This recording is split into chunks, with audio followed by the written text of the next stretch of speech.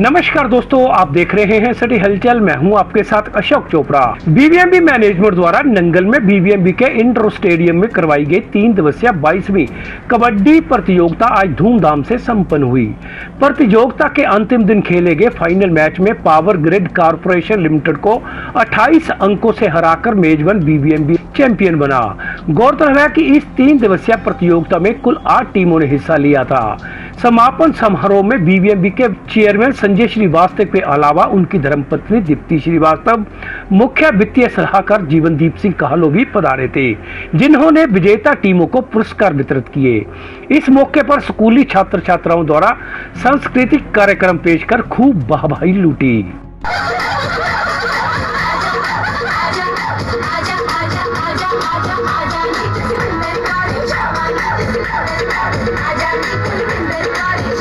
इस मौके पर पत्रकारों से बात करते बीबीएमबी के चेयरमैन संजय श्रीवास्तव ने कहा कि बीबीएमबी मैनेजमेंट बीते लंबे समय से खेलों को बढ़ावा देने के लिए लगातार विभिन्न खेलों का आयोजन करता आ रहा है। इस कबड्डी प्रतियोगिता में केंद्रीय पावर स्पोर्ट्स वार्ड के अधीन आने वाले पावर सेक्टर की विभिन्न विभागों की 8 टीमों ने हिस्सा लिया और बीबीएमबी हर बार की तरह इस बार भी प्रतियोगिता का चैंपियन बना, जो हमारे लिए हर्ष की बात है। पत्रकारों द्वारा हिमाचल सरकार द्वारा वाटर सेस लगाए जाने को लेकर पूछे गए सवाल के जवाब में बीबीएमबी चेयरमैन ने कहा कि इस पर विचार चल रहा है। काफी पेचीदा मामला होने के कारण 2 शब्दों में कुछ भी कहना संभव नहीं है। बीबीएमबी हॉस्पिटल में स्टाफ की कमी को लेकर पूछे गए सवाल के जवाब में उन्होंने कहा कि बीबीएमबी हॉस्पिटल अच्छा काम कर रहा है और अब तो फिजियोथेरेपी भी होने लगी है। उन्होंने कहा कि आने वाले दिनों में बीबीएमबी कई नए प्रोजेक्ट शुरू करने जा रहा है, जैसे डहर प्रोजेक्ट 900 वाट का है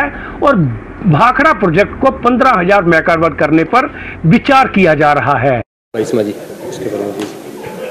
जैसे आपको मालूम है, पीएससीबी एक कंट्रोल बोर्ड बनाया गया है सेंट्रल गवर्नमेंट के अंदर, जिसके अंदर सारे पीएसयूज आते हैं और बीबीएमबी आता है। जो भी उनके अंडर ऑर्गेनाइजेशंस हैं, करीब 15 ऑर्गेनाइजेशंस हैं। उन 15 ऑर्गेनाइजेशंस में से करीब कई छोटी छोटी ऑर्गेनाइजेशंस हैं, उनके में बहुत ज़्यादा लोग नहीं होते हैं। बड़ी बड़ी ऑर्गेनाइजेशंस भी हैं, जैसे NTPC, NHPC, power grid, BBMB भी एक बड़ी ऑर्गेनाइजेशंस में आता है। अगर मैं कहूँ पहली 4 अगर ऑर्गेनाइजेशन बड़ी हैं, उसमें बीबीएमबी भी है। तो अलग अलग टूर्नामेंट होते हैं। बीबीएमबी पिछले 2-2.5 सालों से इसकी जो है उसका कंट्रोल लिया हुआ है, तो उसके अंतर्गत बहुत सारे टूर्नामेंट होते हैं, करीब 8-10 टूर्नामेंट हैं। और इस बार हमने कबड्डी का टूर्नामेंट लिया था। जैसे लास्ट ईयर आपको मालूम होगा, लास्ट ईयर हमने जो एथलेटिक्स लिया था, उससे पहले बैडमिंटन लिया था, कभी हम क्रिकेट भी लेते हैं, और इस बार पर हमने कबड्डी का टूर्नामेंट लिया था। तो कबड्डी में 8 टीम्स आई थी। 8 टीम्स में आपको देखा ही होगा, जो है SJVN 3rd पोजीशन पे था, पावर ग्रिड 2nd पे, और बीबीएमबी हमेशा की तरह पिछले 22 सालों से जैसा होता आ रहा है, इस बार भी उन्हें बहुत आसानी से पावर ग्रिड को हराकर वो पहले स्थान पर आया। रिक्रूटमेंट आपको मालूम है कि स्टेट्स के थ्रू होती है। बीबीएमबी के पास कोई पावर नहीं है। बीबीएमबी के जो भी एम्प्लॉयज़ आते हैं वो स्टेट से आते हैं। 4 स्टेट्स हैं, पंजाब, हरियाणा, राजस्थान और हिमाचल प्रदेश। तो ऐसा जब हमारे पास रिक्रूटमेंट की पावर नहीं है, तो जो स्पोर्ट्स के लोग आते हैं उन्हीं स्टेट से ही आते हैं। और एक से रीस्ट्रक्चरिंग का चल रहा है जी। रीस्ट्रक्चरिंग नहीं, रीस्ट्रक्चरिंग का ही मतलब नहीं है जो आप समझ रहे हो। रीस्ट्रक्चरिंग पोस्ट खत्म करने के लिए नहीं होती है। रीस्ट्रक्चरिंग इसलिए होती है कि कुछ काम अब जरूरी नहीं रह गए हैं। जैसे आपको पता होगा, डाक रनर हुआ या साइक्लो स्टाइलिंग हुआ, या और भी जो है ना टाइपराइटर पे जो काम करते थे, और कुछ नई फील्ड ऐड हो गई हैं, जैसे डाटा एंट्री ऑपरेटर हैं और इस तरीके की। तो रीस्ट्रक्चरिंग में क्या करते हैं, हम उन पोस्ट को, नई पोस्ट जो आती हैं, या जो प्रमोशन के चैनल होते हैं, कईयों के चैनल रुके हुए हैं। आपको मालूम हुआ, यूनियन की तरफ से काफ़ी डिमांड आती रहती है कि इनके चैनल ही नहीं है, पिछले 10-10, 20-20 सालों से उसी पोस्ट पे बैठे हुए हैं। तो रीस्ट्रक्चरिंग में एक इस तरीके का ऑर्गेनाइजेशन बनाया जाता है जिसमें जो एम्प्लॉयज़ होते हैं उसका कैरियर प्रोग्रेशन प्रॉपरली हो सके। तो बढ़ भी जाती हैं, रीस्ट्रक्चरिंग में पोस्ट बढ़ भी सकती हैं। अगर आपका देखो, जो एम्प्लॉयज़ होते हैं वो तो आपके काम पे डिपेंड करता है कितना काम है। अगर आपका काम धीरे धीरे ख़त्म होता जाएगा तो आदमी अपने आप ही ख़त्म होते जाएंगे। बहुत सारी, अगर इंडिया में आप ऑर्गेनाइजेशन देखो, बहुत ऑर्गेनाइजेशन है जो 0 हो गई, और बहुत सारी ऐसी हैं जो 0 से 100 भी हो गई। तो ये तो डिपेंड करता है कि आप कैसे जो है समय के साथ अपने आप को बदलते हो, क्योंकि समय बहुत तेज़ी से बदल रहा है। आपने देखा ही हुआ है, अब मोबाइल आ गया और पहले 20 साल या 30 साल 50 साल पहले क्या होता था। तो समय के अनुसार आपने बदलना है, तो ये ऑर्गेनाइजेशन डबल भी हो सकती है। सर मैं तो अभी आज इंस्पेक्शन किया जो है हॉस्पिटल का। हॉस्पिटल में मेरे को काफ़ी अच्छी फैसिलिटीज़ लगी। आज आपने देखा होगा कि हमने जो है ना फिजियोथेरेपी का एक नया यूनिट शुरू किया है।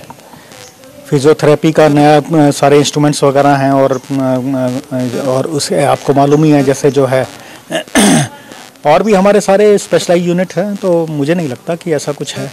ये शायद आपको पता नहीं है, बीबीएमबी अब बड़े बड़े प्रोजेक्ट लगाने वाला है। हो सकता है कि अगले जो है ना जो हम एक नया प्रोजेक्ट लगाएंगे वो हो सकता है बीबीएमबी का सबसे बड़ा प्रोजेक्ट बन जाए। आज की डेट में आपको मालूम होगा 900 मेगावाट का सबसे बड़ा प्रोजेक्ट है हमारा डेहर का, जो एक अकेला पावर हाउस है।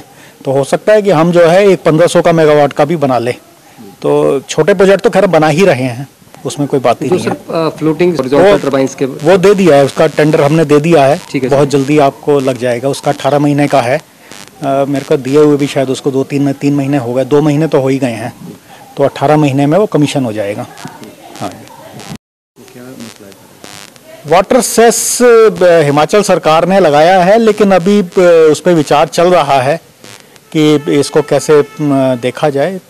तो ये तो बहुत ही मतलब पेचीदा मामला है, 2 शब्दों में बोलना तो पॉसिबल नहीं होगा। इस मौके पर बीबीएमबी मुख्य अभियंता सीपी सिंह, मुख्य अभियंता अरविंद शर्मा, उप मुख्य अभियंता हुसनलाल कंबोज, अधीक्षण अभियंता एस के बेदी, स्पोर्ट्स कमेटी के सेक्रेटरी इंजीनियर चमनलाल, स्पोर्ट्स अधिकारी बख्शीश सिंह, अभियंता विनोद शर्मा, अभियंता एस के अग्रवाल, अभियंता प्रदीप गोयल, बीबीएमबी हॉस्पिटल की PMO doctor Shalini Chaudhary, BBMB DAV senior secondary school की प्रिंसिपल और कमेटी के अन्य सदस्य भी उपस्थित रहे।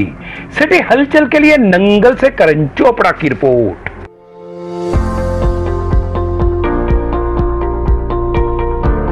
अजोली मार्केट में खुल गई है चश्मों की नई दुकान वशिष्ठ ऑप्टिकल। यहाँ आपको मिलेंगे हर तरह के ब्रांडेड चश्मे, वो भी बाजार से काफी कम दाम पर। नजर के चश्मे लगवाने वालों की नजर पहले अति आधुनिक मशीनों से निशुल्क जांच करने के उपरांत ऑटोमेटिक मशीनों से तैयार चश्मा चंद मिनटों में ही उपलब्ध करवाया जाता है। तो एक बार सेवा का मौका अवश्य दें। हमारा पता नोट करें, वशिष्ठ ऑप्टिकल, नंगल संतोषगढ़ मुख्य मार्ग, निकट गोल्डन पैलेस, अजोली मोड़, जिला ऊना। हमारा फोन नंबर 99 155 84 190।